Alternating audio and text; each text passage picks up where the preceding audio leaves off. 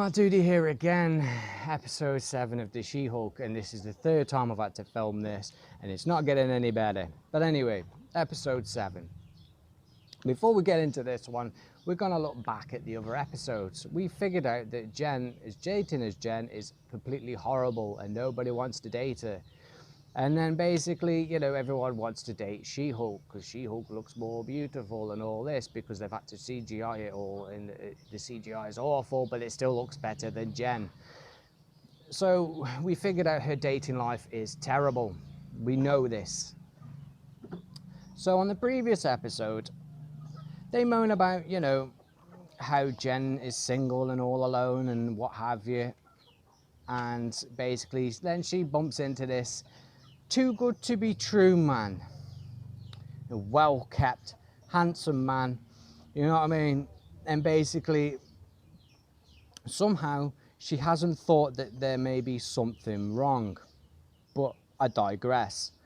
So remember this for this episode. So we start off where Jen gets she gets out of the shower and she's got a text message off this man she met, Josh, and basically then, you know, there's a montage of her dancing around and getting prepared for the wedding. For her date. This is how bad this show is. It's getting worse. So basically then there's a montage of her getting ready and she's knocking shots back. Why not? Jen's a drunk. We know this. We've established this, that Jen likes a little bit of the old tibble of alcohol. Maybe a bit too much, but then why not? So after, you know, during this montage, she goes on a first date. They go for an awkward handshake and a cuddle thing. Very awkward. Don't know why, but, you know, we've got to put that in anyway, because we need to make Jen not look like a whore, even though we know she's a whore, because anyone that gives her any fries, and she drops her pants. But we can't make her look desperate on this one. We need to make her look half decent. She's at work and she gets a text message saying, I've got a great idea for a business.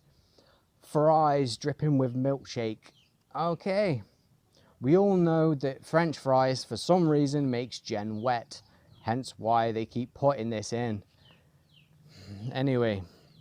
So, you know, the montage continues. They go on a second date and he drops her off again. And basically he's trying to come in and she's like, no, mister, you need to wait.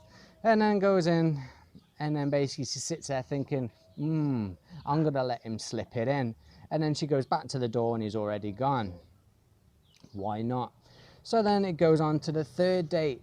And on the third date, third time's the charm. Third date rule. You know, for what? Whores? For teenagers? Anyway, so he basically gets to get inside her panties. We then see Jen getting ready for work after they've done the do.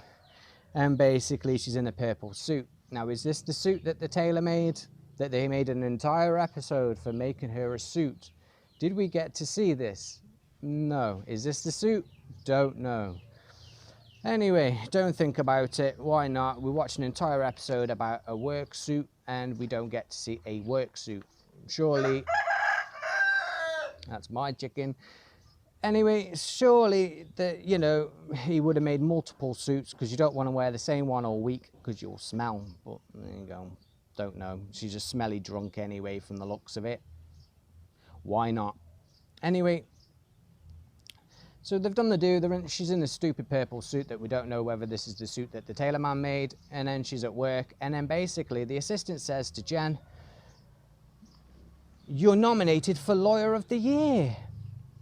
You didn't tell me you were nominated for Female Lawyer of the Year? Why? Right, let's put this in perspective, right? The only court case that she's been in and won is to get Emil Blonsky on parole, unless I've missed something that I've totally forgotten about, right? So all the other kind of law firm things that were on, so the Incel Man was done by Pug, the black woman did Mr. Immortal and Jen's case herself You know what I mean? Because Jen's too stupid to do it herself, so she didn't represent herself. Good times. And then basically, you know, she's been nominated for Lawyer of the Year without actually being a half decent lawyer, without actually ever doing anything. Great job. I'd love to see the panel on this one. To be honest, Lawyer of the Year should have gone to the black woman because she does all the bloody work in this show. She's the only lawyer that seems to do anything other than Pug when he's not buying trainers. But anyway, you know, she then proceeds to complain about, oh, Josh hasn't texted me yet. And she's like, well, you've done the do, you know, give it a bit of time. But then the assistant moans at Jen for using her phone.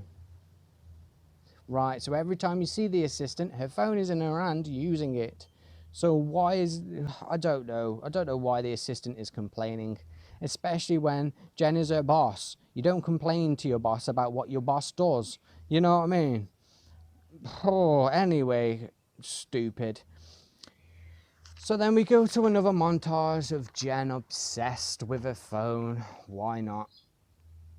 So she's there constantly checking her phone like a stalker. She's got stalker attributes now. So she's a drunk, she's a stalker, and basically a man-hater. Why not? This is a great show. I'm riveting. The drama in this is spilling out all over the world in its amazement of how wonderful this show is. So she gets a phone call off a policeman named Chuck. Chuck? Maybe Chuck. Because everybody seems to have a Ch name when it's a stupid white man for some reason. So I'm assuming that the writers had dated Chucks and Chads and Cheds and, you know, Charlies. You know what I mean? So they must have something against any male with the letter C in it. But anyway, so Chuck then rings Jen to say, Abomination's inhibitor's gone off. We need to check it out.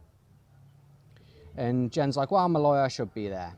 And then the most stupidest shit I've ever heard, yeah? He then proceeds to tell her that they don't have the police resources to go and check out Abomination's retreat. It's the fucking Abomination. Why? Why would you send a squad car with 2 normal police officers to go and check on the Abomination? You should be bringing a crack team military squad, SWAT team, something. You know what I mean? This is the Abomination. This isn't not like a little pussycat in a field. You know what I mean? This is like, you know, one of the most dangerous creatures on the planet. And you decide to do what? Oh, we ain't got no police uniform. We've got no resources. And you want to defund the police, America? Bloody hell. Anyway, moving on. So Jen's like, all right, I'll come with you. And he's like, well, I need backup just in case I've got a She-Hulk, because it'll be better that I won't be in ICU because I'll have the She-Hulk with me. So let's just put this in perspective. If there was a fight between the Abomination and She-Hulk and he was in the vicinity, there's quite a good chance he'd end up in the ICU anyway, regardless of whether She-Hulk was there or not. So anyway, why not? Just consume this shit. Anyway, so they turn up to the retreat, and as they're pulling in, Chuck's pressing on the doorbell to open the door. Jen just ignores him and drives straight in. While she's driving up there, there's a montage of her constantly checking her phone because she's a stalker and basically constantly trying to find out what's going on. Why not? So she completely ignores Chuck and drives straight in. So there's no kind of, right, let's go in together. We'll take this carefully. No, we're just going to drive straight into the house, you know, straight up to the drive, right in front of the house. And then basically she's there blasting the horn. And Chuck's like, do you really want to blast the horn if he's turned into the Abomination going crazy? Even though we've already established that the Abomination, one, has an inhibitor that stops him from turning into it. So maybe there's a malfunction, maybe. Or maybe just, you know, God knows what. But at the end of the day, when he changes into the Abomination, he still has control, full control. Anyway, don't think about it, just consume, because we don't know how to write shit. So anyway, they then go into the house where Emil Blonsky's laying there. Basically, the story is that, you know, his favorite chicken escaped and he had to try and catch it, and he got shocked by the electric fence and broke his inhibitor. Now remember this. Come to think of it, I did get a jolt from an electric fence earlier. Remember this, that there's an electric fence and he's trying to save his chickens. But it was worth it because my favourite chicken, Princess Silkfeather, was stuck. Your favorite chicken? Yeah, favourite chicken. Great. Right. Believe me, I've got chickens myself. I know how to look after chickens, and basically, for me, the most exciting thing about this is looking at the chickens, because there's nothing else going on. Anyway, so, you know, they fix the inhibitor, walk outside. Chuck is a scared white man and leaves straight away because he's a big scaredy cat, because he's a white male and he's scared. Why not? You know, everybody else is perfectly fine. Nobody's scared, nobody's worried. And then we have Man Bullshit Man, who's, you see, there's my chicken, there's me rooster. Anyway, so Man Bullshit Man and a Spanish man are fighting. They trash Jen's car. Jen's like, you broke my car. You broke my car. Sort it out. You need to pay me with money. And he's like, I'm sorry. Have a heartfelt, sincere apology. Bearing in mind, you know, the divorce episode. In the divorce episode, they only wanted an apology off a man who ruined 16 years of their life. Why not? Normal. Anyway, she's like, no, give me my money, and blah, blah. Nothing happens, and basically this, you know, you've got Man Bullshit Man who looks like Khal Drogo from Farscape, and you've got the Spanish man that looks like an Imperial Guardsman from Warhammer 40k. Sorry, my chicken's loud. You heard what I mean? But anyway, so they tell Man Bullshit Man, push the car up to the garage and we'll get the tow truck to come and just kill a bit of time. So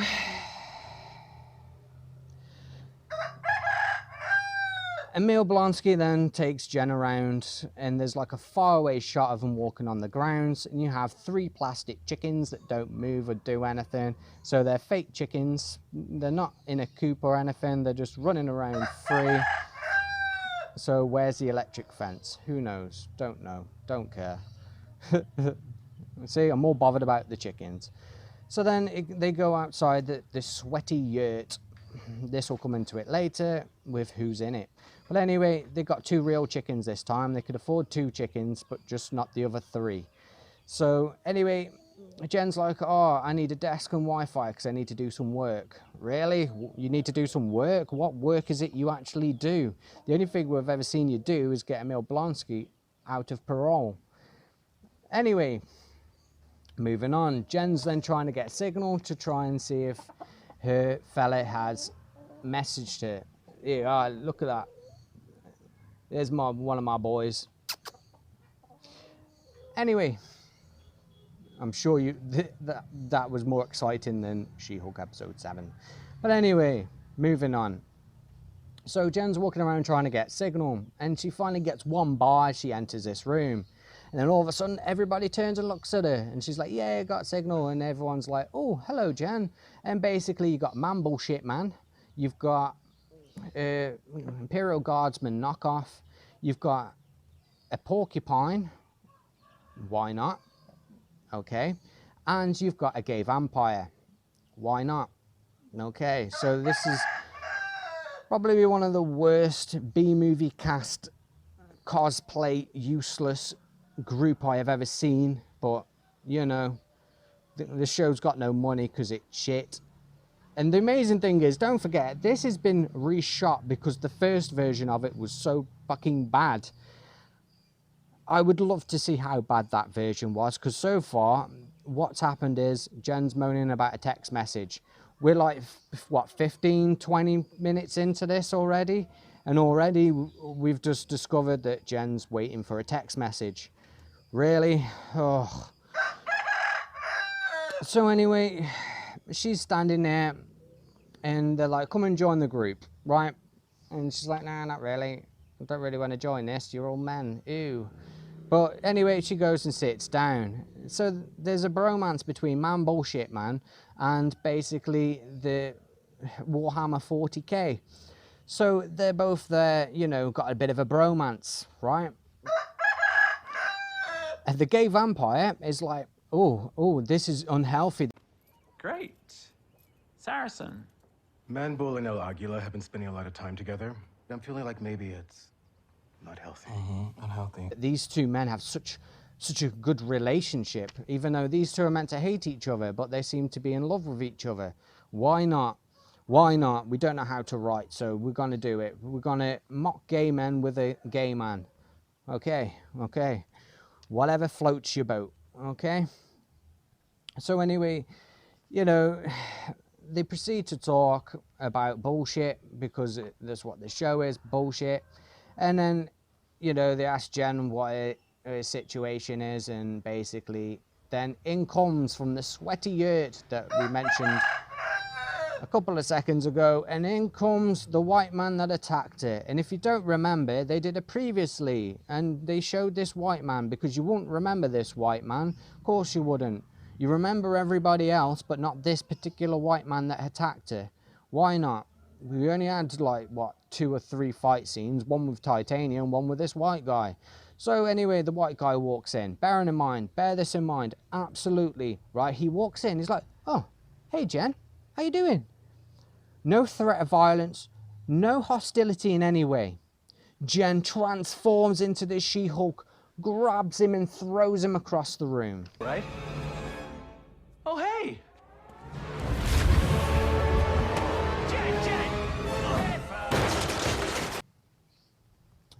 You're a lawyer, Jen.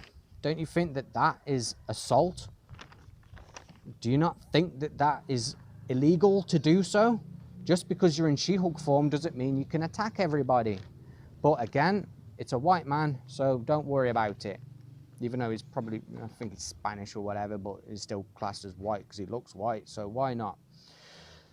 So anyway, she attacks him and everyone's like, oh, the stack of chairs. Don't worry about the stack of chairs. Really? The drama. This is full of drama. Drama everywhere.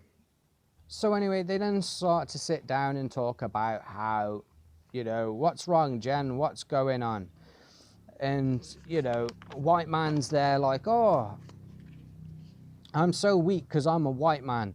I was visited by a lot of feminine energy in there. And I'm so sorry because I'm male, and I am so, I'm deeply, truly sorry for everything I've done, because I felt so manly and empowered because I had a construction tool in my hand, and I'm just so terribly sorry for being a male and being born. Yeah. So anyway, Jen then sits down and talks about that she had sex with Josh, and basically he hasn't texted back, and they're like, oh, you know, then they start to mock her about, oh, what did you say? And she tells her what she said. She says, oh, about a smile and all this, right? So then basically what happens then is they say, oh, maybe he's ghosting her, and the vampire then turns around and says, maybe he wants to suck your blood. Or he wanted your blood. And basically, you know, let's be honest, we've been teased for the last 2 episodes about them taking blood off She-Hulk. So, maybe that's the reason. Or are we too stupid to understand this? So anyway, Jen then proceeds to say how amazing that being She-Hulk is, because it's like being in high school and the most popular person on the planet and all this. And then basically everybody loves She-Hulk, but nobody loves Jen. And then says, would people love me if I didn't have She-Hulk? If I wasn't She-Hulk? Bitch, you've been Jen your entire fucking life and nobody wants to date you. And then in the courtroom, I'm going to roll the clip. Would you have gone on the date if She-Hulk had instead presented as Jennifer Walters? Look, I don't mean to be rude, but no. Where the feminist man says, would I have dated Jen? No, I wouldn't have. No, I wouldn't have dated Jen. No, God, no. So basically, I don't know what to tell this woman. She's absolutely delusional. But anyway, you know, why not?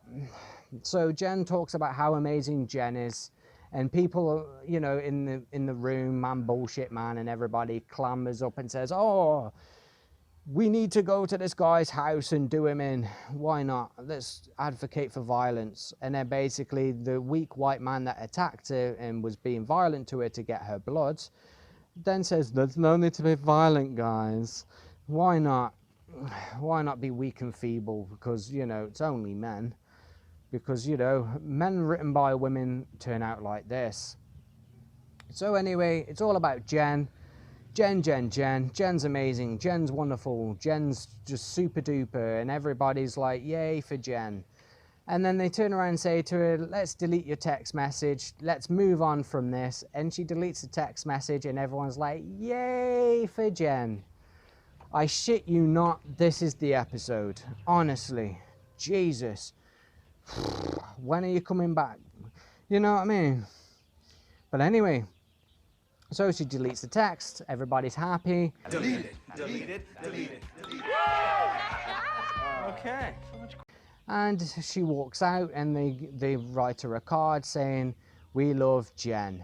Okay, whatever floats your boat. And then she proceeds to leave and says, you know, Emil Blonsky says to you, every kind of action is a learning lesson or some shit. Nobody cares because Jen's just a horrible drunk and everybody just seems to love Jen, but nobody wants to date her. I wonder why. So then we go to 3 days earlier, and then we end up seeing Josh after he's done the hanky-panky, and he's copying her phone. He then copies her phone, stands up, takes a photo of her in bed. Why not take some nudes of this horrible, trashy woman before you leave? Why not? And then proceeds to say to, you know, sends a message to a guy called the Hulk King with emojis of taking blood. We didn't actually see him taking blood. We only saw him with a mobile phone copying her phone. So was she on the period and he dipped his wick in her and basically got a bit on the end of his doofree and then basically took that, or what? Don't know. And we didn't see a needle go into it unless she was completely blind drunk, which I won't put it past it because, you know, why not? So anyway, what did we learn from this episode? That Jen is a stalker. And that basically she's constantly checking her phone. And this guy is blatantly, obviously not contacted her in any way. So what does that tell you? That basically he was a fraud. So her super duper male that she just met for, you know, while she was blind drunk anyway and vomiting everywhere, who basically Jen has nothing to offer any male that is seeking a partner. Because let's be honest, who the hell wants to date a woman like that gets blind drunk constantly, is completely narcissistic to any male? So who the hell would want to date her apart from a feminist who doesn't want to date Jen, who wants to date She-Hulk? Why? Because she looks like a pig. That's basically what this show is telling you. And that's basically what she is, a horrible narcissistic woman. So, has the story progressed really? Not really. If you think for over the 7 episodes, what's happened?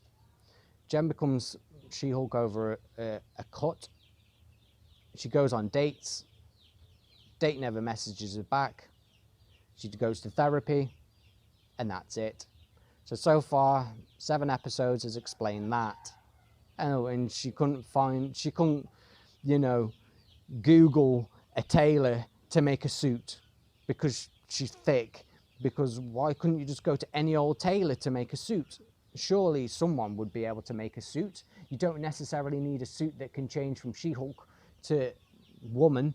You know what I mean? Because you just take Jen clothes and She-Hulk clothes to work, and then when you finish, She-Hulk change in the toilets into a normal person's clothes and then leave. Why not? Don't know. Don't think about it. We have to make a full episode on it to see nothing. Why not?